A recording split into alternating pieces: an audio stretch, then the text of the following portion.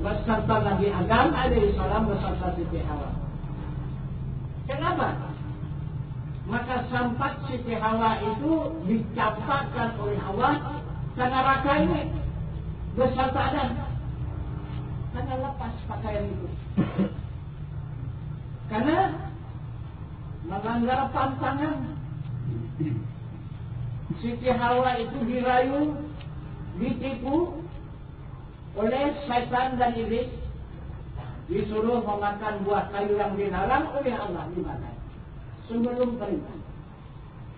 Kenapa maka Siti Hawa mau memakan buah kayu itu? Karena tidak tahu siapa itu yang merayu, siapa itu iblis. Siti Hawa tidak tahu, karena Siti Hawa itu diciptakan Allah di dalam surga. Kenapa tidak Adam diganggu oleh syaitan dan iblis? Karena Adam tahu dengan syaitan dan iblis itu mana dia mau ganggunya. Nah, jadi kita ini tertipu oleh syaitan dan iblis karena kita tidak tahu siapa syaitan. Kalau yang sudah tahu, tidak akan tertipu, tidak akan bisa dirayu. Nah, maka dimakanlah oleh Siti Hawa buah kayu yang bernama Holodi namanya. Maka terbanglah hidungnya. Terkejutlah Siti Hawa. Ya, kenapa mesti begini? Nah, terkejut ya. Karena bagaimana cara merayu setan dan iblis itu? Dia ketawa berat-berat, menangis isa-isa. Itulah dakwahnya. Ketawa, menangis, ketawa, menangis, ketawa, menangis. Itu dakwah setan dan iblis yang ada di bawah pokok kayu Holodi. Heran Siti Hawa ini menengok orang tua ini kok begini. Apa kerjanya? Maka dijelaskannya lah. Aku ini orang yang pengasih. Aku ini orang yang kasihan kepada orang. Karena aku tahu kalian ini tidak lama lagi akan ditampakkan dari surga ini. Kata iblis, itu maka aku menangis, aku sedih. Kalau kalian nanti menderita masuk ke dalam neraka. Tapi kenapa maka aku ketawa? Kalian masih ada punya kesempatan, masih bisa berubah. Apa obatnya? Makan buah kayu ini. Dimintanya lagi sebiji, makannya lagi, terbang baginya. Wah, ini apa yang terjadi ini? Kata Siti Hawa, udah kalau minta satu lagi, makannya lagi, habis terbang kayaknya. Gak ada sehalai penampung lagi, dia menjerit-jeritlah Siti Hawa, ketakutan. Karena menjerit-jerit datanglah si Adam. Apa yang terjadi? Wah, ini apa ini? Inilah kejadian ini. Apa yang bikin begini? Wah, ini pekerjaan setan dan iblis ini. Di mana dia orangnya? Itu udah itu di bawah pokok kayu itu. Akhirnya dirayulah oleh si Hawa, si Adam itu. Bermacam-macam rayuan si Hawa itu merayu Adam supaya sama-sama memakan buah kayu itu. Kalaupun dibuang dicampakkan sama-sama. Tidak sanggup si Hawa dibuang sendirinya dan Adam tinggal di dalam surga.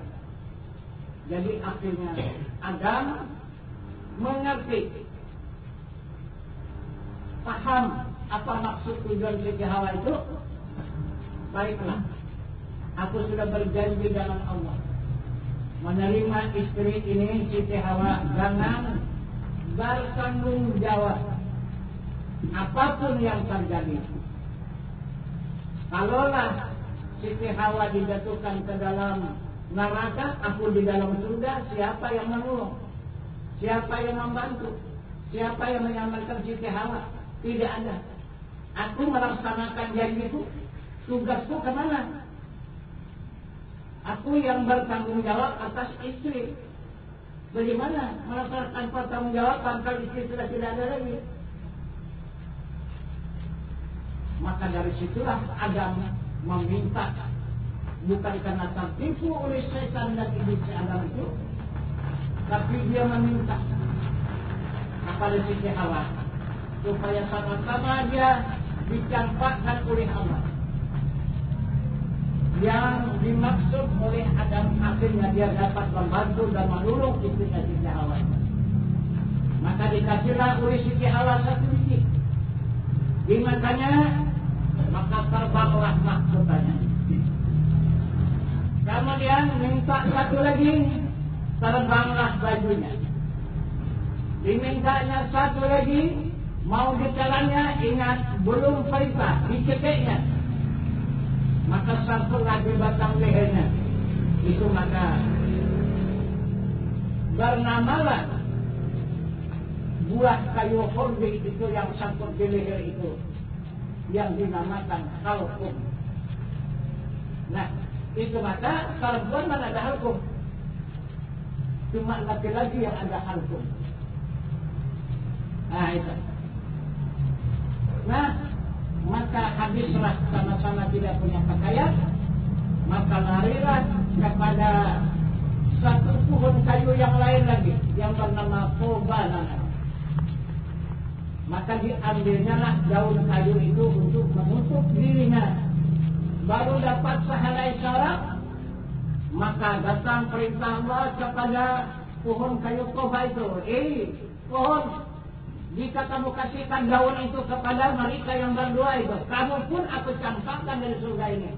Maka naik semua cabang kayu itu ke atas. Sama daun-daunnya berhimpun semua di pojok. Tak bisa lagi diambil oleh Adam dan Siti Hawa. Maka Adam dan Siti Hawa pun disesatkan. Nah dunia ini neraka.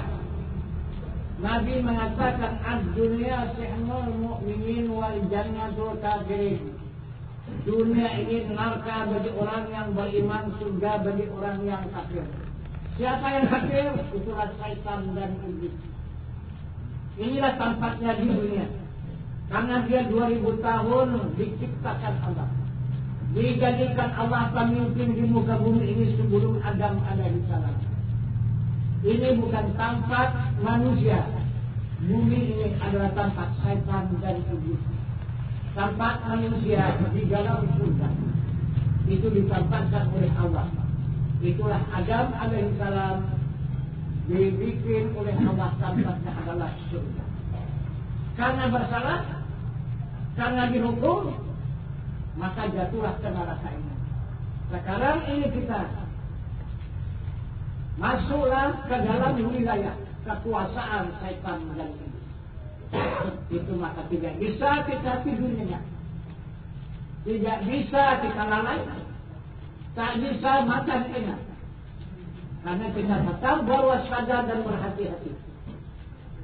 Nah, ancaman-ancaman tipu rayu daripada syaitan dan iblis untuk menjatuhkan kita lebih dalam lagi masuk ke dalam neraka. Jadi kenapa maka dicampakkan ke dunia ini Adam beserta Siti Hawa? Pakaiannya itu di sini dicampakkan. Itu bukan dulu.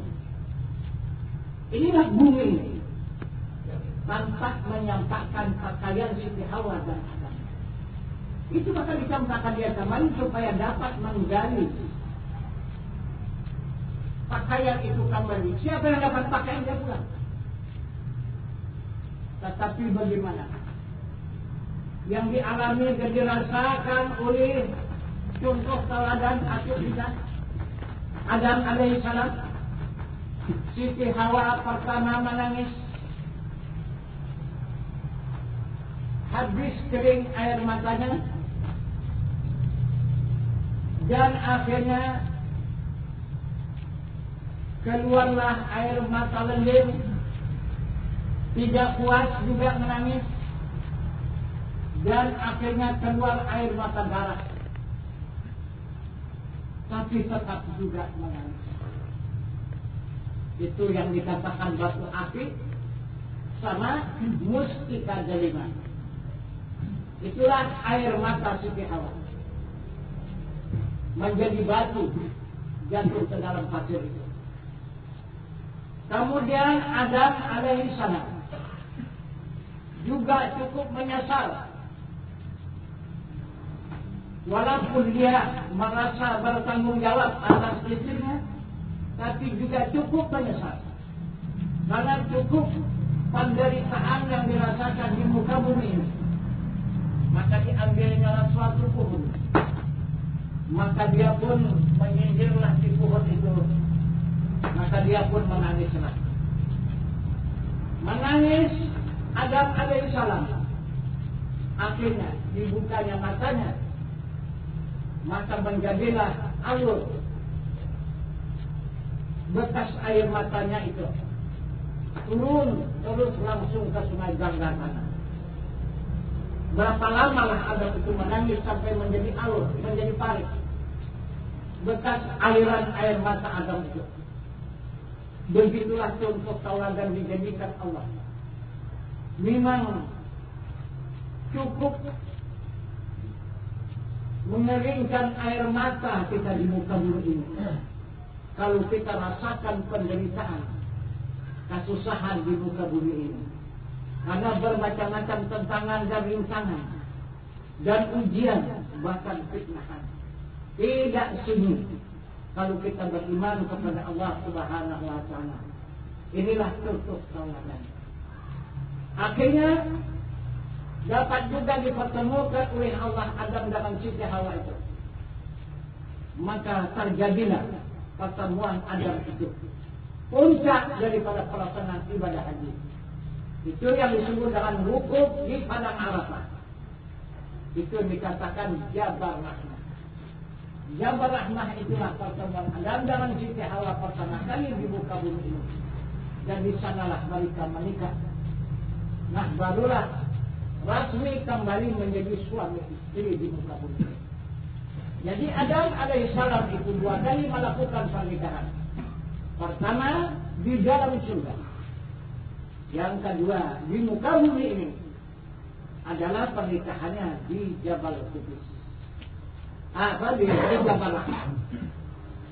Nah, jadi itulah dia menunjukkan sunnahnya, menunjukkan suri tauladan kepada kita umat ini. Nah, jadi akhirnya baru dikembalikan oleh Allah pakaian itu berangsur-angsur. Maka dikembalikan oleh Allah pakaian Siti Hawa yang tidak putus itu. Sesudah dikembalikan pakaiannya, apa hukumannya? Diberikan Allah hukuman Siti Hawa untuk menghapuskan sekalian dosanya karena dia yang tertipu oleh setan dan iblis. Maka dijadikan oleh Allah Subhanahu wa ta'ala Siti Hawa itu melahirkan anak cucunya sebanyak 21 kali melahirkan. 21 kali melahirkan. Berjumlah 41 orang anak. Jadi 20 kali kembar, satu saja yang tidak. Satu hari terakhir. Nah, itu yang dikatakan sekarang ini putri bunian. Itulah anak Adam dengan Siti Hawa yang paling bungsu, yang paling kecil. Nah itu, hanya sendiri lahir, tidak berkawan, tidak berpasangan, hanya sendiri, yaitu perempuan.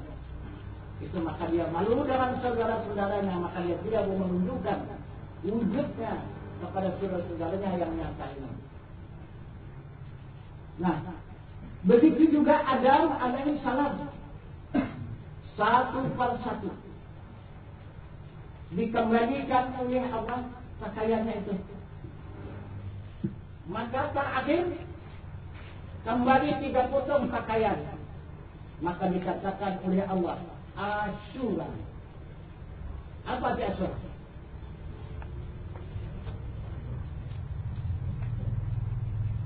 Hari kelulusan. Itulah Asyura. 10 Muharram. Itu maka disunahkan oleh Nabi kita Muhammad SAW kita ini berpuasa 9-10 Muharram. Kenapa maka tidak ke 10 saja? Karena sahabat melapor kepada Nabi kita Muhammad SAW, minta izin ya Rasul, orang Yahudi semua berpuasa 10 Muharram. Karena mereka mensyukuri kelulusan para rasul-rasul yang terdahulu. Nabi Adam diluluskan oleh Allah daripada sekalian dosanya, dikembalikan pakaiannya, dia kembali ke dalam surga 10 Muharram. Nabi Nuh diselamatkan Allah daripada pelayaran supaya tidak karam tungkangnya itu menyelamatkan bibit-bibitan 10 Muharram. Nabi Ibrahim diselamatkan Allah tidak terbakar oleh api rambut 10 Muharram. Nabi Ismail diselamatkan oleh Allah daripada kena sembelih ditembus dengan seekor kibas 10 Muharram. Nabi Yunus dikeluarkan Allah dalam penjara perut ikan 500 tahun 10 Muharram. Nabi Musa diselamatkan oleh Allah berperang dengan Raja Fir'aun, dapat dia membelah lautan itu menyeberang, maka Fir'aun tenggelam di dalam lautan 10 Muharram. Nabi Isa alaihi salam diangkat oleh Allah Kalamit yang kedua, diselamatkan daripada pengejaran, pembunuhan 10 Muharram. Bagaimana ya Rasul? Lebih utama kita lagi, kata Rasulullah. Kita berpuasa 9-10 Muharram. Nah, jadi itulah siapa-siapa yang menginginkan kelulusan. Jadi berpuasalah 2 hari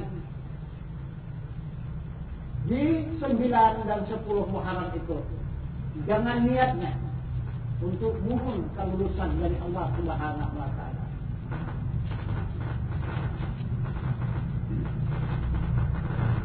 Jadi kemudian Nabi kita Nabi Adam alaihi salam beserta Siti Hawa sudah kembalilah ke dalam surga karena sudah kembali pakaiannya yang dinamakan oleh Rasulullah kainnya yang bernama sundusin istibratin. Itu nama kainnya. Di bulan puasa terlalu disebut itu ya. Nah gitu. Itu doa Ramadan itu dimasukkan itu sundusin istibratin itu. Nah, jadi kita udah punya pakaian? Udah nampak? Sekarang sebelum terlambat taruhlah pakaian itu. Walaupun tidak terpakai, taruh dalam lemari dulu. Nah, pada saat dan waktu kita berangkat, hanya tinggal berangkat saja. Ini nanti di situ kita mau berangkat itu nampak pakaian, kapan lagi? Tapi banyak yang seperti itu. Nah, di waktu di sakaratul maut baru terbelalak matanya. Ya Allah, apa ini yang terjadi? Rupanya lain yang diniatkan rupanya lain yang didatangkan oleh Allah Subhanahu wa taala. Itu maka banyak yang terbelalak mata itu kalau saking terkejutnya. Nah itu kita anggap surga, rupanya di hadapan kita neraka. Apalah terkejut? Cobalah kita pikir itu kuda di depan sana, itulah bakal kendaraan kita. Sesudah dekat, wah, rupanya harimau. Coba apakah terbelalak kita ketakutan? Begitulah contoh. Nah banyak kali yang sudah disekatan maut itu terkejut. Belum lagi di majlis yang akan ditentukan oleh Allah Subhanahu wa taala. Habis sekatan maut itu akan dihadapan di yaumil mahsyar. Habis yaumil mahsyar akan dihadapan di dalam majlis al-mizan Hadratul Jalil. Mana pakaian? Kalau tidak ada pakaian, maka lagilah kita ke neraka. Nah itu. Nah maka dari itu Nabi kita Muhammad sallallahu alaihi wasallam sudah menyediakan pakaian, diambilnya di sisi Allah menjadi amanah dari Allah, maka tabligh, maka disampaikan dan tidak kepada kita umat. Nah maka Nabi berteriak di sana sini untuk memberikan pakaian itu kepada umat supaya umat itu mengambil dan menuntutnya dan mengambil dan menjaganya pakaian itu dan merawatnya. Maka Nabi mengatakan dengan sabdanya talibul ilmi fardhatun ala kulli muslimin wal muslimat. Itu kata Rasul, bermula menuntut ilmu fardu ain atas muslim laki-laki dan muslim perempuan yang akhir baligh. Yang mana dia yang dimaksud kain sundusin istibrati yang tidak potong, ini adalah dia usulul ilmu fikih dan ilmu tasawuf. Ini pakaian yang disediakan oleh Nabi kita Muhammad SAW untuk menghadapi nanti majlis-majlis yang disediakan oleh Allah, yang akan dihadapkan oleh Allah. Ini pertama, majlis sakaratul maut.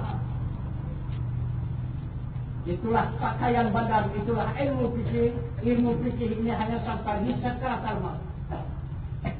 Sampai situ saja. Ilmu usuluddin hanya sampai dia menghadap majlis al-mizan Hadratul Jalil yaumil mahsyar. Kemudian ilmu tasawuf, inilah yang akan menghadapi majlis yang paling tinggi, yang sangat mulia di sisi Allah Subhanahu wa taala yang disebutkan halal jannah. Di sanalah perkumpulan hamba yang beriman. Jadi 3 pakaian. Kalau hanya ilmu fikih, ilmu syariat yang kita tuntut, yang kita pelajari hanya batas sekatan maut. Selamatlah kita di sekatan maut. Tapi di al-mizan kita gugur.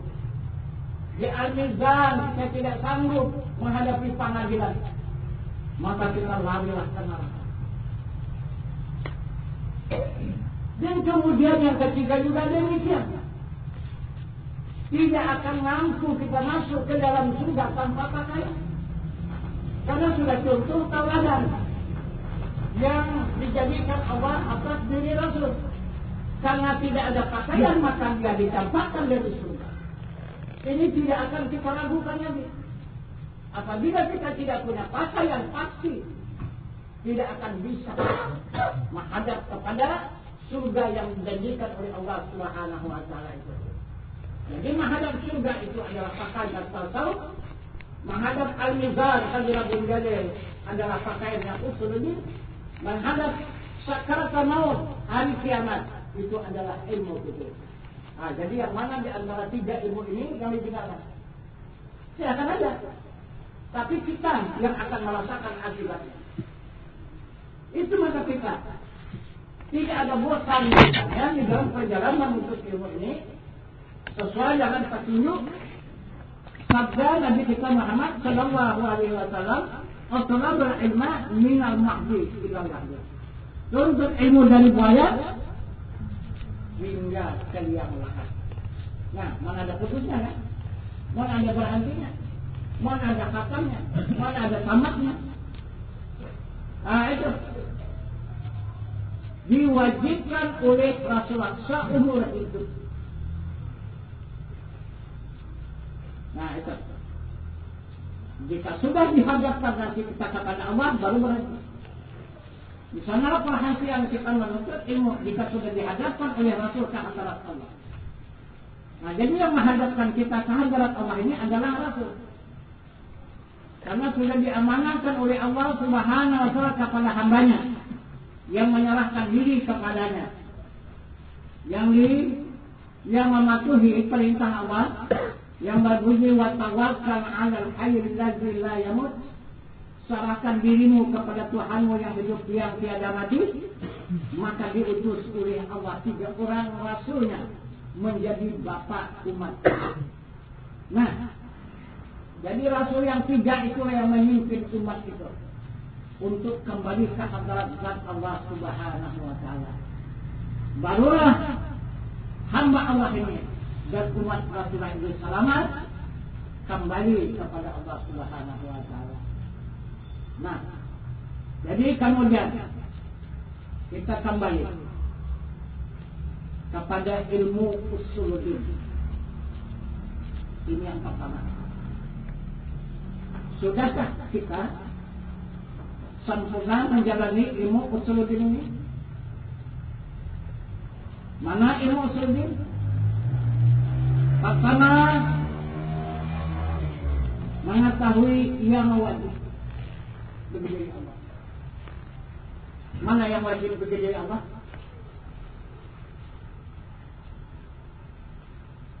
Yang wajib bagi diri Allah. Pertama, wujud, artinya ada. Kedua, qidam, artinya sadia. Ketiga, baqa, artinya kekal. Keempat, muhalafatuhu ta'ala lil hawadis, artinya bersalah-salahan bagi segala baharu. Kelima, qiyamuhu ta'ala binafsih, Allah itu berdiri dengan sendirinya. Dan yang keenam, wahdaniyat, diri Allah itu adalah esa. Ini wajib bagi diri Tuhan. Nah, itu wajib bagi diri Tuhan. Jadi sekarang kita ini apakah benar hamba Allah? Apakah kita ini menjadi musuh Allah? Ataukah kita ini menjadi imbang Allah? Macam mana?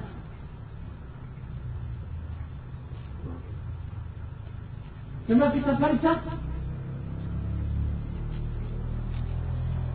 Wujud artinya ada. Siapa yang wajib ada? Zat Allah Subhanahu wa taala. Diri Allah Subhanahu wa taala yang wajib ada. Lain daripada diri Allah mustahil ada.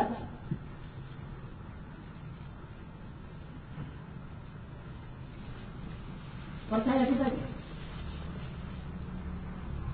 Percaya kita. Percaya. Jadi nggak ada di sana.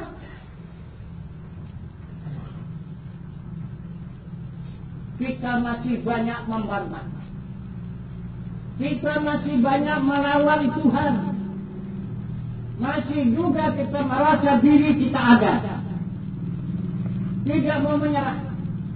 Kita tidak mau kalah. Biar Tuhan itu kalah tidak apa-apa. Asal jangan diri kita kalah. Ini masih banyak kita bertahan.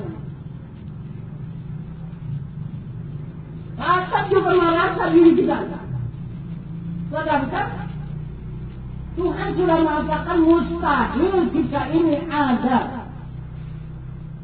Yang ada, yang wajib ada itu Tuhan. Nah, macam mana?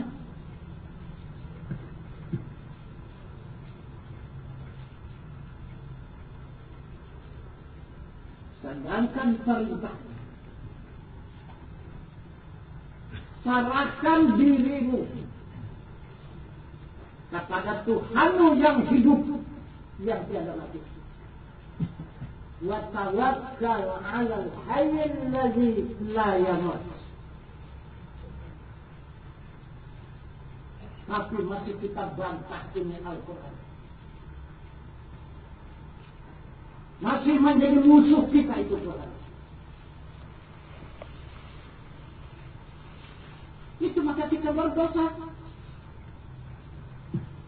Karena kita musuhi Tuhan. Kita lawan itu Tuhan. Ini maka kita sekarang berlatih seperti ini. Supaya jangan kita melawan Tuhan. Mengabdilah kita kepada Tuhan. Menyerahlah kita kepada Tuhan. Supaya sesuai dengan pengakuan Allah. Wa ma khalaqtul jinna wal insi illa liya'budun. Tidak aku jadikan jin atau manusia hanya mengabdi kepada Allah. Arti mengabdi itu yang menyerah. Bukan yang melawan, yang menyerah.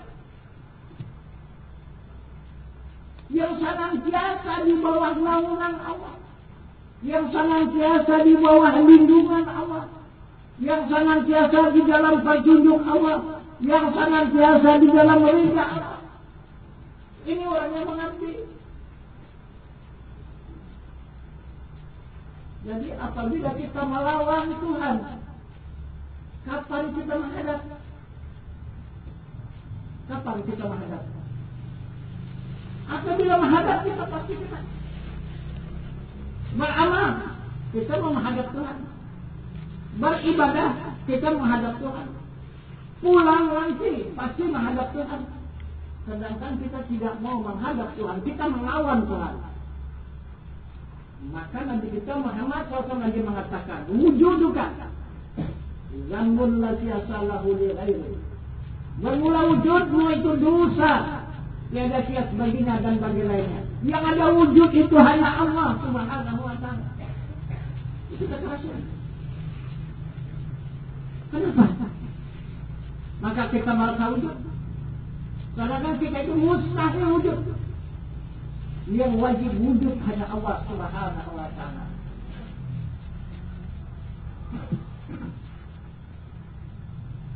Macam mana? Bisakah kita pulang kepada Allah?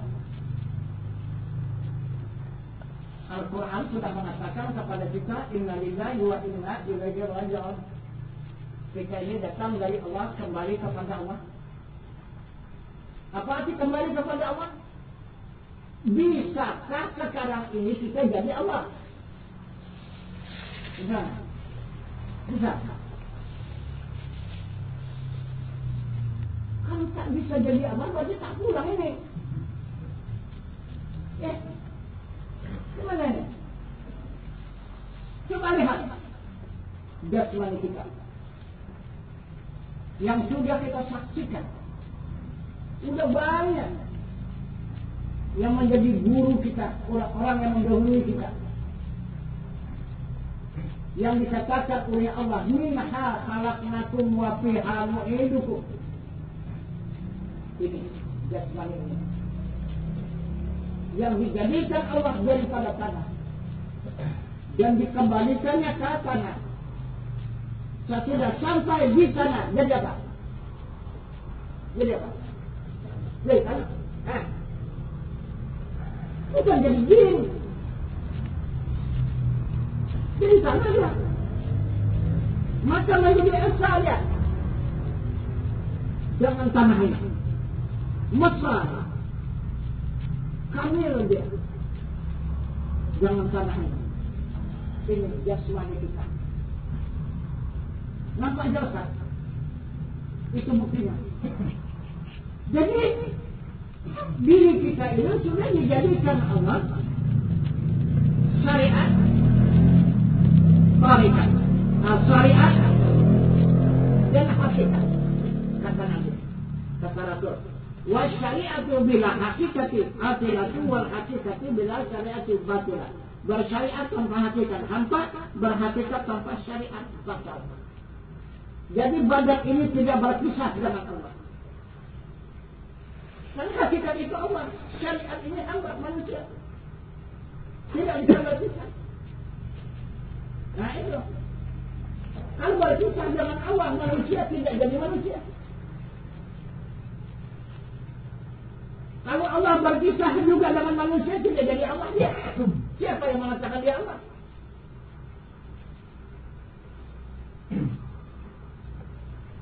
Nah, bagaimana? Coba.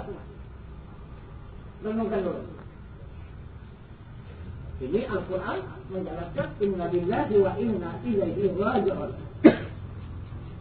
Semuanya kita ini yang datang daripada Allah. Kembali kepada Allah. Jika sudah kita kembali kepada Allah, jadi apa? Jadi Allah. Bisa sekarang jadi Allah? Nah, kan masih ada yang kata bukan lagi kan? Jadi kenapa mesti kita takut dengan Allah? Nah, apabila kita takut dengan Allah, kita tahu ada kaitan untuk dia itu, iya kan? Lalu kita dari Allah untuk dia yang punya. Tapi kalau kita tidak takut dengan Allah, kita adalah cinta dengan Allah, kita adalah kamil dengan Allah. Nah, berani saya tunduk, berani saya tunduk dekat. Nah, berani dia. Nah, dekat pun cacap dia. Ini kita kalau mandi ya, jangan tangan aja yang basah. Ini perlu basah semua. Jadi kebanyakan kita masih baru paham apa datang kita dari Allah pulang ke seperti menyimpil aja gitu. Ataupun sampai pulang kampung begitu. Nah, asal pulang ke kampung kita pulang ke kepada Allah. Jadi pulang dikatakan ke Allah ada di kampung itu. Bukan seperti itu. Itu hayalan. Karena itu maka Allah mengatakan di dalam hadis qudsi, la insanu sirri wa ana sirruhu. Bermula insan itu rahasia dan aku pun rahasia. La insanu sirri wa sifatin li ghairi. Bermula insan itu rahasiaku dan rahasiaku itu sifatku dan sifatku itu tidak lain daripada zatku. Akan ada. Aduh, menjadi insan. Itu. Apabila kita kembali kepada kita asal dengan Allah. Itu. Nah itu maka kemana kita pulangkan diri kita itu. Nah, jadi diri yang mana yang wajib kita pulangkan? Itu diri pengakuan. Itu yang kita pulangkan. Pengakuan itulah yang dipulangkan. Kita mengaku rasa kuasa. Nah, kan? Kita berkuasa dengan tenaga. Kita merasa berkehendak dengan nafsu. Kita merasa mengetahui dengan akal. Kita merasa hidup dengan tubuh. Kita merasa mendengar dengan kuping. Kita merasa melihat dengan mata. Kita merasa berkata-kata dengan lidah. Ini yang insya Allah pulangkan. Kemana itu dipulangkan? Kita bergerak dengan tenaga, pulangkan kepada iradat Allah. Kita berkehendak dengan nafsu, pulangkan kepada iradat Allah. Nah, bergerak itu qudrat Allah dan berkehendak kepada iradat Allah. Kesana dipulangkan. Karena sesuai dengan Al-Quran. Jika kita masih memiliki kekuatan ataupun tenaga, maka kita menjadi musuh Allah dan musuh Muhammad Rasulullah. Karena Allah mengatakan la haula wala quwata illa billahil aliyyil azim. Tidak ada daya dan upaya. Itu kata Allah. Itu kata Al-Quran. Jadi karena ada daya dan upaya, karena illa billah, karena disertai oleh Allah. Apa yang menyertai? Yaitu sifat kudratnya. Kemudian yang kedua, begitu juga kita berkehendak biasanya dengan nafsu, kurangkan. Tidak punya nafsu lagi, yang berkehendak itu adalah atas iradat Allah. Kita mengetahui dengan akal, jangan kita akui lagi akal itu. Yang kita akui, kita mengetahui itu adalah ilmu Allah. Kita merasakan hidup dengan tubuh, tidak lagi kita akui. Tubuh tidak hidup. Yang kita akui hidup adalah hayat Allah. Kita tidak lagi mau mengakui kuping itu yang mendengar. Yang mendengar adalah sama Allah yang ada takluk itu. Yang melihat itu tidak lagi dengan mata. Tak mau kita melihat lagi dengan mata. Adalah kita melihat dengan sifat basar Allah yang takluk di mata. Kemudian kita berkata-kata tidak lagi dengan lidah. Kita berkata-kata adalah dengan kalam Allah. Jadi yang ada wujud Allah. Yang bergerak iradat Allah. Yang berkehendak yang bergerak kudrat Allah. Yang berkehendak iradat Allah. Yang mengetahui ilmu Allah. Yang hidup hayat Allah. Yang mendengar sama Allah. Yang melihat sifat wajah Allah. Yang berkata-kata kalam Allah. Itu lagi kita. Dan itulah diri kita. Tenaga kita menjadi kudrat Allah. Nafsu kita menjadi iradat Allah. Akal kita menjadi ilmu Allah. Tubuh kita menjadi hayat Allah. Kuping kita menjadi sama Allah. Mata kita menjadi sifat basar Allah. Dan lidah kita menjadi kalam Allah. Yang ada hanya wajah Allah. Ya, itu kita. Basar zatnya. Wajahnya dan zatnya. Mana wajah Allah ataupun sifatnya atau kelakuannya yang bergerak? Itu kudratnya yang berkehendak, iradatnya yang mengetahui, ilmunya yang mendengar, samanya yang melihat, basarnya yang berkata-kata, kalamnya yang hidup zatnya. Nah, cuma benar-benar yang dikatakan oleh Rasul tadi wujud artinya ada, yang ada itu Allah Subhanahu wa ta'ala. Itulah yang wajib ada, lain daripada Allah Subhanahu wa ta'ala mustahil ada.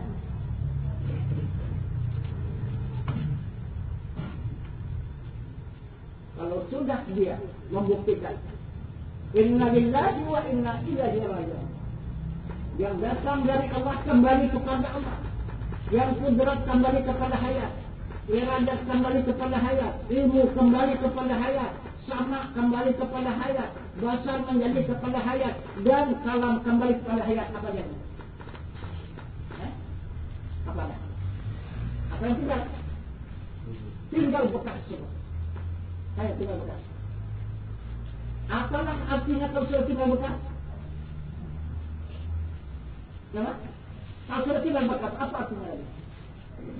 Tak ada artinya lagi. Jadi jangan sampai kita tinggal bekas. Nah itu. Jadi itu bekasnya apa itu? Zanazah.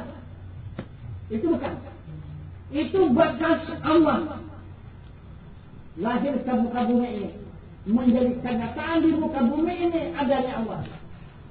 Maka ditinggalkanlah bekasnya. Bahasa dia benar.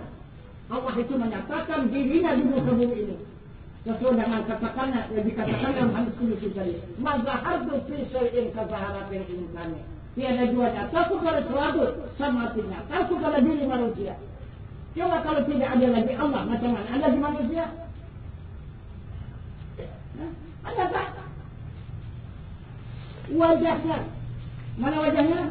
Wajah Allah yang laisa kamitslihi syai'un wa huwas samiul basir.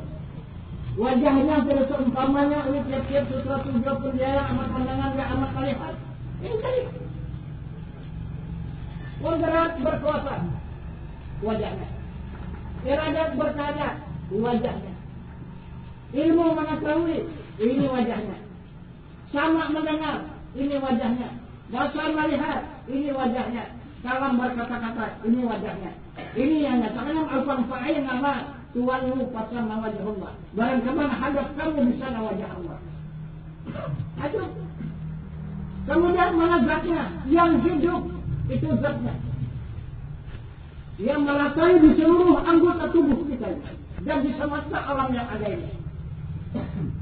Maka dinyatakan Al-Quran wallahu muhitun fil alamin. Diri Allah itu muhit di semesta alam. Itu pun masih dua. Nah, baru asal la maujudun illallah.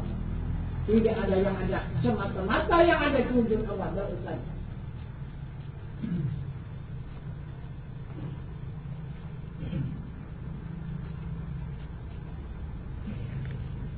Jadi sudah nyata kan?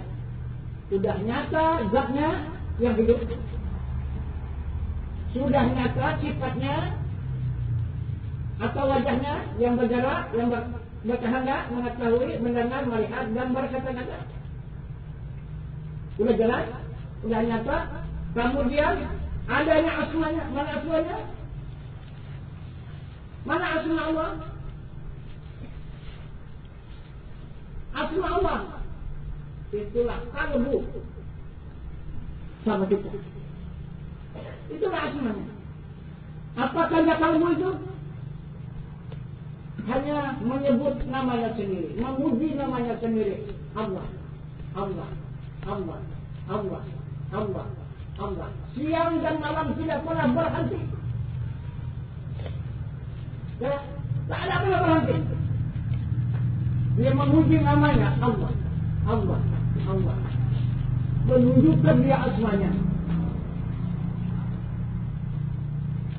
Maka dinyatakan oleh Allah dalam ayat suci Al-Quran yang berbunyi summa yatalinu juluduhum wa qulubuhum ila dzikrillah. Maksudnya tetapkanlah, masrahkanlah kata Allah dari kulit kamu hingga hati kamu zikir Allah. Itulah asmanya. Tak nyata. Zatnya, sifatnya dan asmanya. Mana apalnya? Af'al itulah perbuatannya. Allahul ladzi khalaqas samawati wal ardh.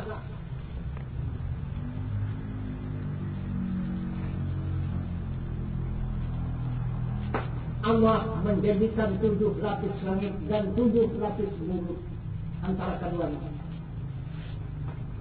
Mana dia? 7 lapis langit itu adalah berisikan api dan angin. 7 lapis bumi berisikan air dan tanah.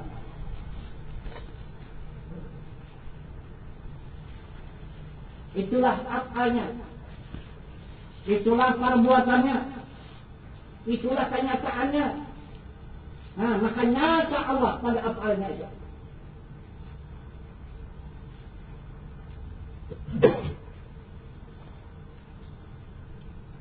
Mana dia? Yang 7 lapis langit berisikan api dan angin.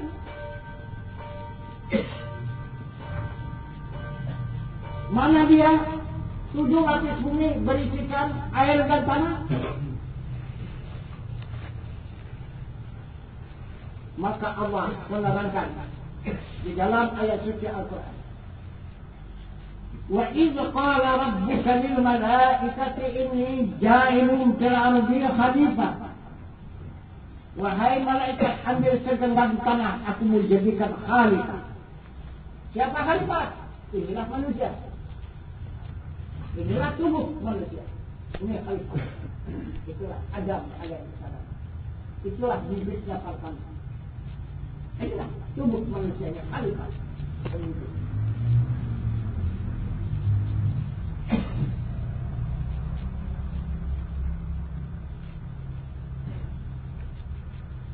Mana dia artinya?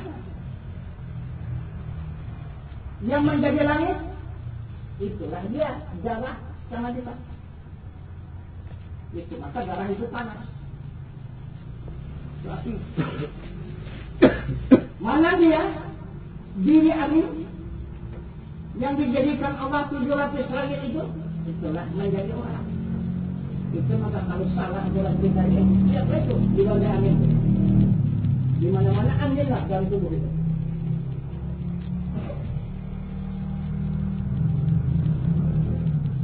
Kemudian mana 7 lapis bumi berisikan air. Air itu menjadi tulang sama kita.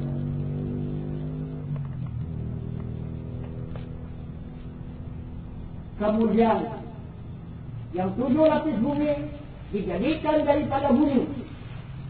Itulah menjadi daging sama kita. Jadi daging kita ini daripada bumi, tulang kita daripada air, urat kita daripada angin, dan darah kita daripada api. Kita ini banyak ketakutan kena bencana. Di sana sini sekarang bencana. Yang kelas 1 pada saat sekarang ini di mana saja adalah sidang bunga. Api. Itulah yang mengamuk. Tidak sedikit yang korban. Tak sedikit yang tewas. Siapa yang korban? Siapa yang tewas? Adalah orang yang sombong. Adalah orang-orang yang takabur.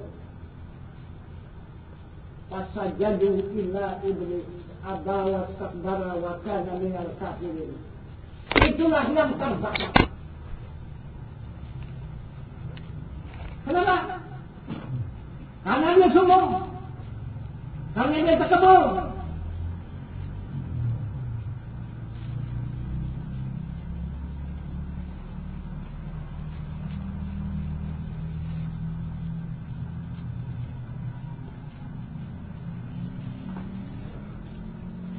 Karena dia siang dan malam memijak bumi ini.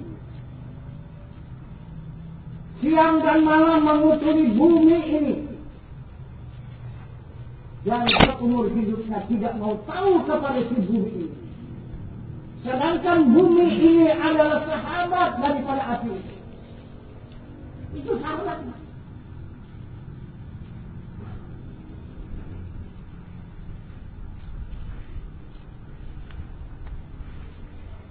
Yang kedua, lihat kecelakaan-kecelakaan,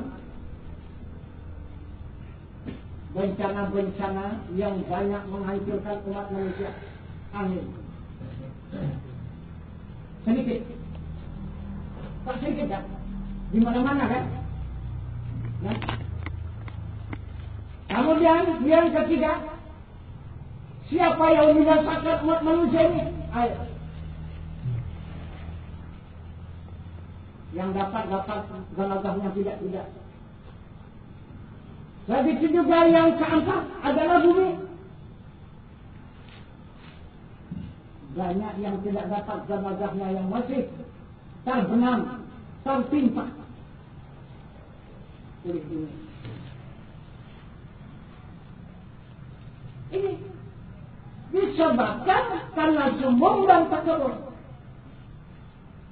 Coba tinggalkan itu. Sifat sombong dan sifat takabur itu coba tinggalkan.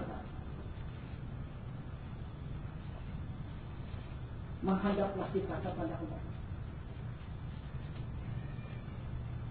Kita persembahkanlah diri kita kepada Allah. Kita pulangkanlah diri kita kepada Allah. Karena kita ini milik Allah.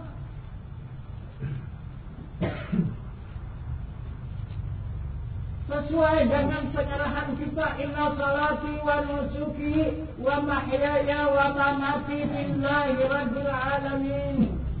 Salatku, ibadahku, hidupku dan matiku hanya milik Allah, Tuhan semesta alam. Kenapa ini tidak kita hayati? Bagaimana cara memulangkan diri kita ini kepada Allah?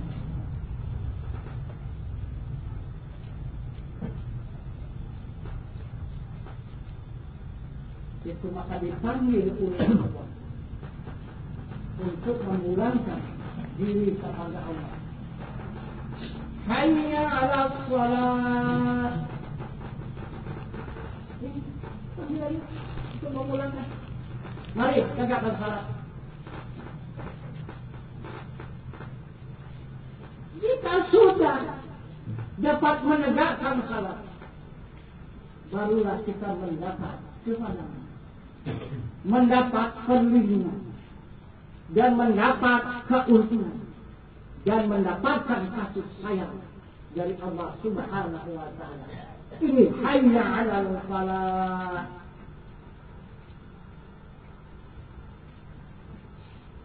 Maka kita tegakkanlah salat itu. Kita sucikanlah diri kita daripada najis dan hadas. Jika sudah suci daripada najis dan hadas, dan kemudian kita sucikan pula daripada penyakit hati. Karena penyakit hati yang paling dimurkai oleh Allah. Tidak ada Allah itu suka sedikit pun kepada hamba yang punya penyakit hati. Jika sudah semua ini dapat kita sucikan, baru kita tegakkan diri. Maka menjadilah kita kelima alif, menunjukkan kita kembalilah kepada Allah. Maka kita pun berkalam Allahu Akbar.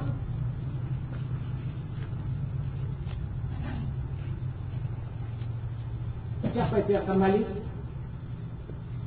Darah kita kembalilah kepada hati. Kemudian Allahu Akbar, rukuk.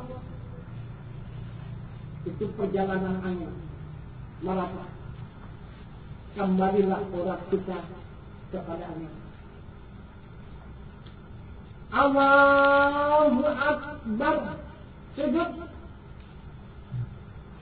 Pulang kita daripada air. Perjalanan air hanya turun saja. Maka kembalilah pulang kita menjadi air. Allahu Akbar, duduk. Maka kembalilah daging kita. Jadi daging kita sudah berada di tanah. Tulang kita sudah berada di air. Urat kita sudah berada di angin. Dan darah kita sudah berada di api. Timbul bencana daripada yang empat bangsanya. Bisa kena bencana kita? Bisa? Gempa bumi kita, daging kita sudah berada di bumi. Melonjak air, tulang kita sudah ada di air. Mengamuk angin, urat kita sudah ada di angin. Mengamuk api, darah kita sudah berada di api. Kita ikut menjadikan bencana itu. Itu akan terjadi. Kalau ulama itu berdoa, dikabulkan Allah, akan terjadi bencana itu daripada empat perkara ini. Karena yang ada pada manusia ini, apa itu? Yang ada pada hamba ini adalah akhirun, muridun, animun, ayo. Yang ada di bumi apa? Yang ada di bumi ini adalah kodrat, iradat, ilmu, hayat. Nah, kalau si Hayun ini mengadu kepada saya, bagaimana? Ada yang ditolaknya itu. Maka bergeraklah itu bumi.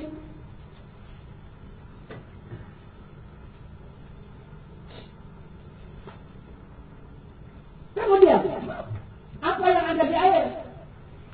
Kodrat, iradat, ilmu, hayat.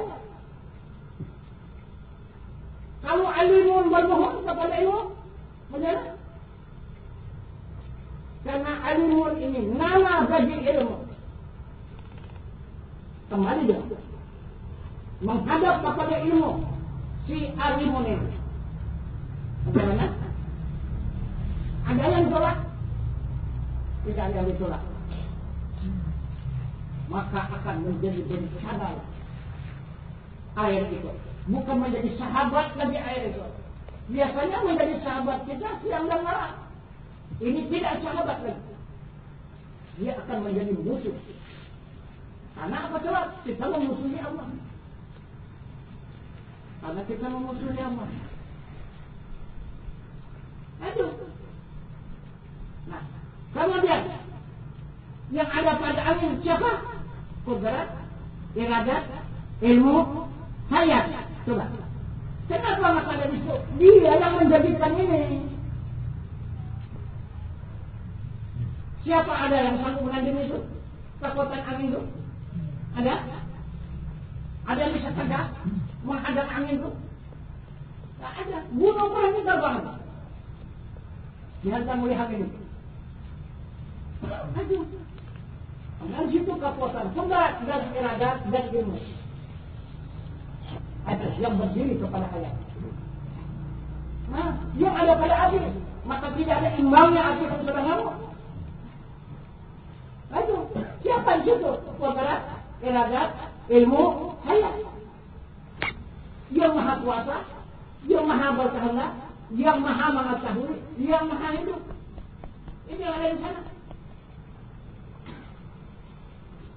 Itu diri ma'ani.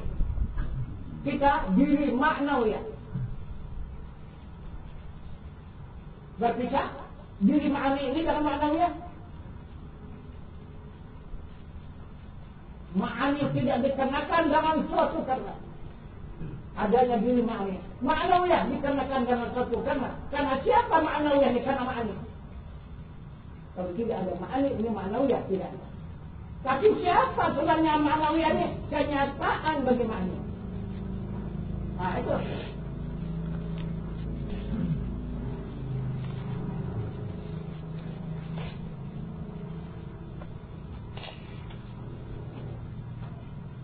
Jadi bagaimana ibu-ibu? Ada yang berani sama bencana? Ada. Kalau berani, nggak usah salah. Tapi kalau takut, salahlah. Nah itu. Salah. Nyerahlah kita kepada Allah. Jangan kita lawan Allah. Kalau tak mau kita tunduk, tak mau kita sibuk, nah maka akan ditundukkan Allah. Akan disujudkan oleh Allah. Tapi jangan berjalan. Nah itu. Apakah nanti jangan salah dia melakukannya, baru kita tunduk, baru kita suruh ke sana. Nah gitu, lebih bagus dari sekarang kita suruhkan masa kepala kita ke bawah, supaya jangan disuruhkan Allah lagi. Nah, itu karena air pun juga bisa juga kita suruh ke sana ke bawah. Karena angin pun begitu juga, karena api lagi apa lagi. Jadi sekarang ini kita laksanakanlah tubuh kita ini supaya tidak kena bencana. Berdiri, rukuk, sujud, dan duduk. Nah, satu contoh jemaah kita yang ibadah haji hari ini. Dia sedang lari, membawa anaknya, istrinya, jadi 3 orang. Kalau sudah capek dia lari itu masih juga dikejar oleh air. Rupanya air itu berbeda. Ini bibir dari bawah, ini bibir dari atas. Ini duluan ke depan sana. Bibir yang di muka itu duluan di depan. Orangnya di bawah ini. Nah, masuk air dari yang bibir yang atas ini. Ke bawah ini. Ada di gulungnya orang carinya gitu. Carinya pada lautan sana. Terpisah laki bapak, terpisah laki mak, terpisah laki anak. Masuk ke dalam lautan sana. Jadi akhirnya dengan tiba-tiba kata dia, diputarnya, dicampakkannya balik ke darat sana. Langsung sudah dibawa ke dalam lautan, sudah diputarnya, baru dicampakkan ke sana. Dia di atas atap rumah orang, suaminya tadi, istrinya pun juga tercampak di atas atap rumah orang, anaknya pun begitu. Jatuh di atas atap rumah orang. Coba siapa? Ada air besar di belakang. Macam ada orangnya. Kan ada orangnya juga. Di air, ayo. Di air. Kok begitu airnya macam ada orangnya kan? Ya bukan orangnya, itu ilmu orang. Aduh. Orang situlah kodrat tadi, disitulah iradah, disitulah ilmu. Ayo mau mengetahui kan? Yang mana menselamatkan, yang mana menurut tidak kan? Ayo. Kan sampaikan selamat sampai sekarang. Dia udah merasakan, dirasakan dia itu di dalam dasar itu, dalam dasar laut itu, dibawa oleh air itu. Kok bisa dimuntahkan yang balik ke darat? Nah, coba itu yang dikarenakan oleh Allah berencana, tapi diselamatkan. Hanya dia sampai. Siapa ini? Itu. Itu kan tak bisa dipilih kan? Ditawar lah semua. Gitu. Tetapi di antara ditawar semua itu ada yang dipilih, ada yang diselamatkan. Ya, jadi begitulah sudah kenyataannya yang sudah dibuktikan oleh Allah Subhanahu wa taala itu supaya menjadi suri tauladan dan juga kepada kita supaya kita benar-benar menjalani agama Allah ini.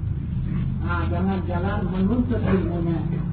Jadi tidak ada jalan keselamatan bagi kita hamba Allah ini kecuali kita menuntut ilmu Allah. Dengan ilmu Allah itulah baru kita selamat. Kembali kita kepada Allah. Tanpa ilmu kita tidak akan bisa selamat kembali kepada Allah. Jadi sekarang coba kita lihat contoh teladan. Apa ilmu yang kita tuntut? Kalau ilmu syaitan kita tuntut, kita pulang jadi syaitan. Kalau ilmu babi kita tuntut, artinya mati jadi babi. Kalau ilmu jin kita tuntut, artinya kembali kita jadi ilmu jin. Menjadi jin kita kembali. Begitu.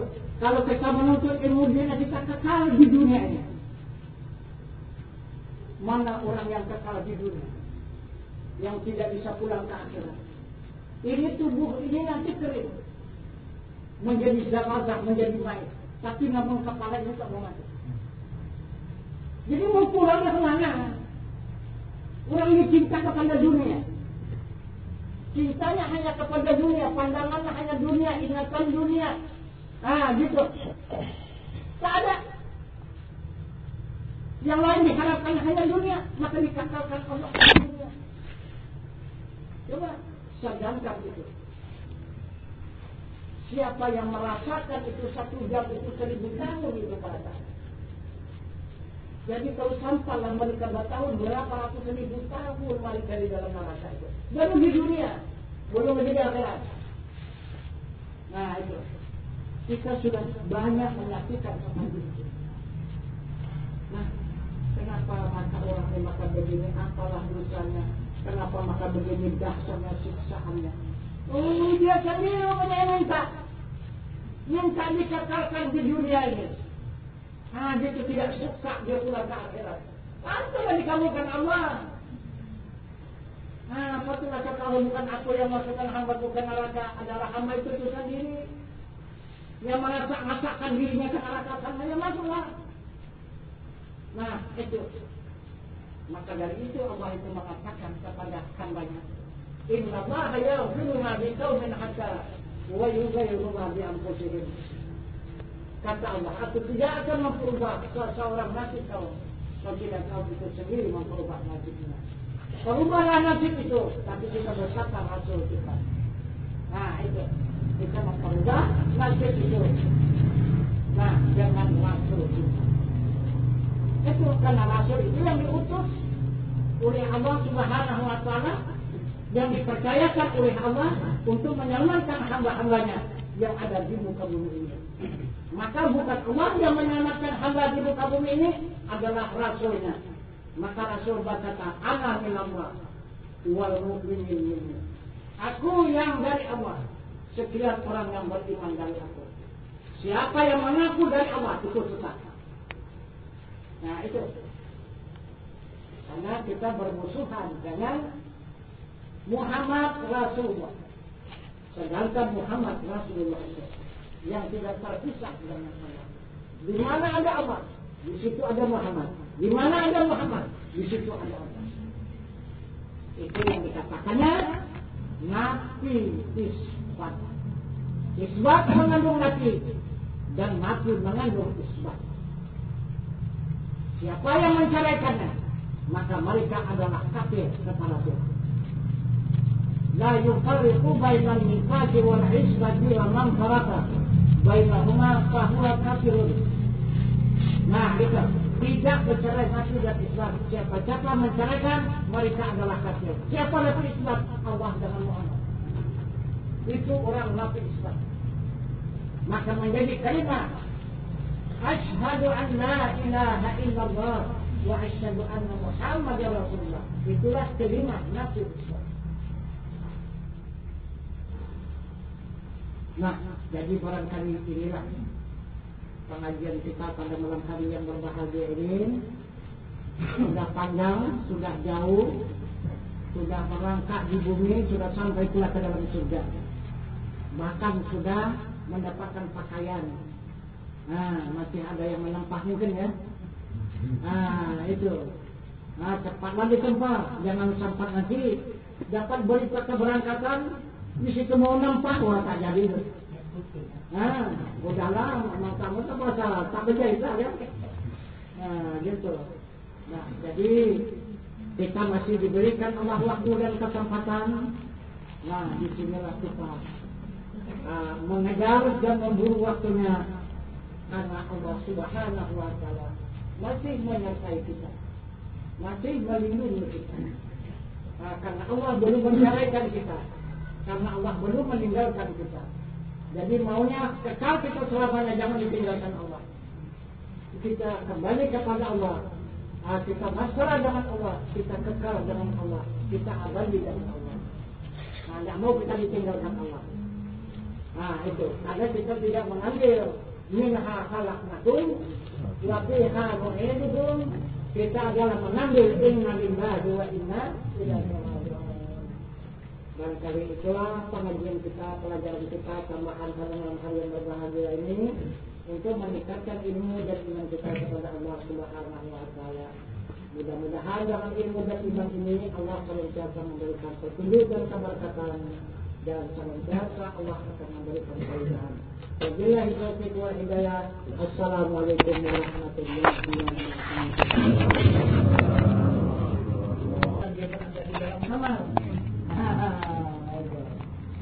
Jangan salah pula makan itu dianggap ulama itu nanti kuburan. Nah, bukan.